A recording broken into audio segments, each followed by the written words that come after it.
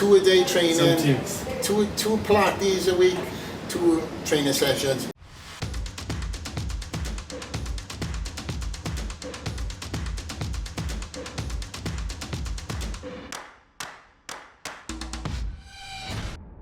What's up guys and welcome. You're watching Fazi Fitness. Let's start this video with Rafael Brandao and his recent physique update, which is about 7 days out of this year's Arnold. But more importantly, him training and posing alongside his idol, and the 7 times 212 Mr. Olympia champion Flex Lewis. And Flex Lewis is an all-time training partner of Rafael Brandao as well. If you guys remember, this isn't the first time both these guys have trained together. So back in 2020 when Flex Lewis was also going for the men's open bodybuilding, him, Rafael Brandao and John De La Rosa, they trained together for quite a long time actually. And even 4 years back, Flex Lewis made this prediction that Rafael Brandao has all the tools. He has everything to be great in the future in the men's open class. So we are going to talk about Rafael Brandao in a minute. But first, let's talk about Flex Lewis and how he is looking right now. Roughly 6 years since his last contest, which was the Olympia 2018. Yes, it has been 6 years since Flex Lewis stepped away from the stage. So for a guy who has been training only a few days in the week, and he's mostly traveling, expanding his business, only eating a few meals a day, he's looking pretty damn good. And it's really surprising how Flex has been able to hold on to that kind of size. I mean, even officially he has been retired for more than 3 years now. CrossFit. Fuck you. Retired life. He's still leaning, right, coach? Fucking right he is.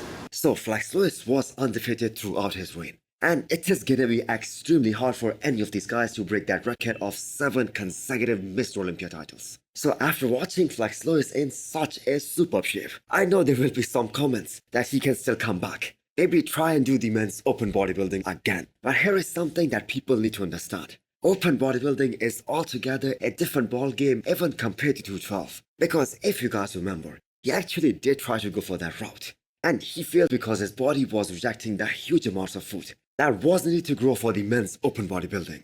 And that was one of the reasons why he announced his retirement. Plus the guy is 40 years old. So there is no point risking your health while your body isn't at his prime anymore. And while having achieved almost everything, he's one of the greatest of all time, one of the best to ever grace the bodybuilding stage. So right now Flex Lewis was supposed to look way more soft, especially standing next to Rafael Brandao, who was going to be stepping on stage in a week's time. But he was shockingly really good. So let's talk about Rafael Brandao now. We already saw the brilliance of Brandao at the Arnold Classic, Ohio. He was in the solid 3rd spot behind Samson Dauda and Hadi Choopan. Now what we all want to see is how different this package is going to be compared to the Ohio package. Now we know there wasn't enough time after the Arnold Ohio to pack on some more muscle, to pack on more size. But he can definitely be more conditioned, more crispy, especially from the back. So Rafael Brandao has been working with Neil Hill for almost a year now. And Arnold Ohio was his first show. And Neil Hill is that same coach who helped Flex Lewis win 7 Mr. Olympia titles in a row. And not only just that, Neil Hill was also William Bonac's coach. He's the coach of Brandon Hendrickson. So the guy is the real deal. But still he is being very realistic with Rafael Brandao and what they can achieve at this year's Mr. Olympia. And how high these guys can place at the Olympia 2024. So they know a lot of work needs to be done when it comes to packing on more size on Rafael's frame.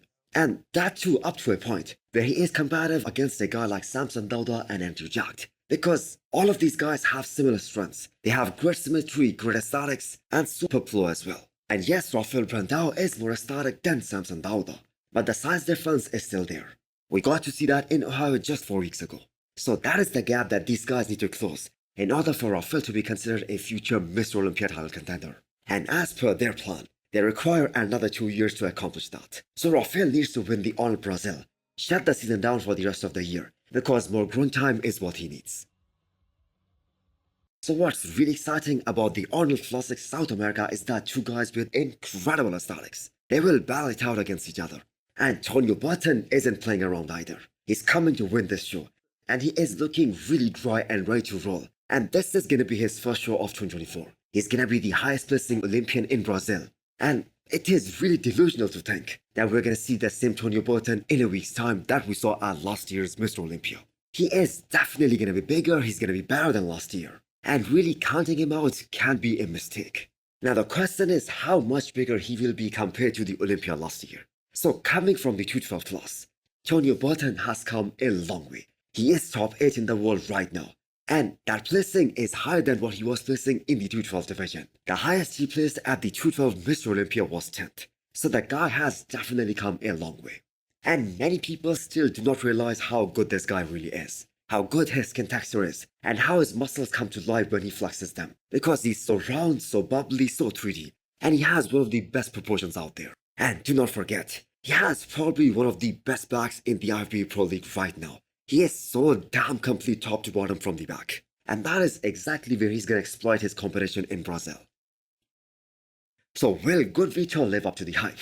Only a few days left till one of the most anticipated pro debuts of the men's open bodybuilding is gonna happen. And we will finally get to see how Vito stacks up against some pros, especially these two top 10 Olympians. I'm not gonna lie, this is gonna be a tough show for GoodVito to make his pro debut in. But he isn't afraid. So we know he's gonna be incredible in the front double biceps. That is the one that made him so famous all those years. Even before turning pro, he was famous because of his front double bicep. Also, I think he's gonna be really competitive in the side shots and in most of the front shots. And the reason are his quads. They are amazing and they have a lot of size. And considering that he's being coached by Chris Aceto, I'm sure he's gonna be in a great condition as well. The problem is that GoodVito is gonna be up against two guys who have some very incredible backs.